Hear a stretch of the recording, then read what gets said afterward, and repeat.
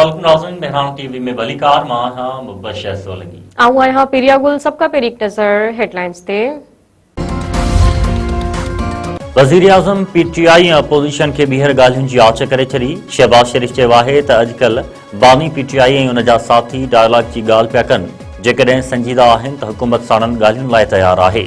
तहरीक इंसाफ़ के अॻु में बि ॻाल्हियुनि जी दावत ॾेई चुको आहियां। वफ़ाक़ी काबीना जे इजलास के ख़िताब कंदे वज़ीर आज़म वधीक चयो आहे त अॼु पीआईए जी निजकारी जो ॾींहुं आहे। पाकिस्तान जी तारीख़ में पहिरियों भेरो निजकारी थी आहे। क़ौमी एयरलाइंस जी निजकारी लाइ काबीना मेंबरनि ऐं लाॻापियल इख़्तियारनि वॾी महिनत कई। पीआईए जे 75 सैकड़ो शेयर्स की निजकारी लाइ ॿोली अॼु लॻाई वेंदी।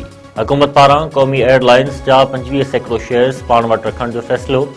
ज़रियनि मूजिबि पीआईए जी निजकारी बैदि 1 साल ताईं कंहिं बि मुलाज़िम खे फ़ारिग न कयो वेंदो। निजकारी कमीशन जो चवणु आहे त पीआईए जी निजकारी लाइ ॿोलियूं अॼु मंझंदि 3 वॻे लॻायूं वेंदियूं। तक़रीब में ॿोलियुनि ऐं रेफरेंस क़ीमत जो ऐलान कयो वेंदो। अमरीकी सदर डोनाल्ड ट्रंप पारां हिकु भेरो ॿीहर पाकिस्तान के वज़ीर आज़म शहबाज शरीफ़ ऐं फील्ड मार्शल सैयद आसिम मुनीर जी वाखाण पाक भारत जंग रोकराइण ऐं 8 जहाज़ किरण जो ज़िक्र करे मोदी जा ज़ख़म ताज़ा करे छॾिया। फ्लोरिडा में प्रेस कॉन्फ्रेंस कंदे डोनाल्ड ट्रंप चयो आहे त मूं पाक भारत एटमी जंग रोकराई। जंग रोकराए 1 करोड़ माण्हुनि जूं जानियूं बचायूं। जंग में भारत जा 8 जहाज़ किराया विया हुआ।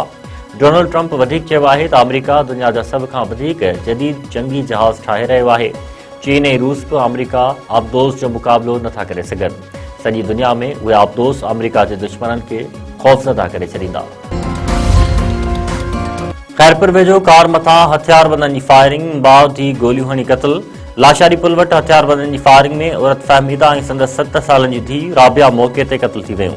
मक़तूला औरत जो मुड़ुसु राजा बुर्रो ऐं ॿी धीउ राहिला सख़्त ज़ख़्मी, नाज़ुक हालत में अस्पताल मुंतक़िल।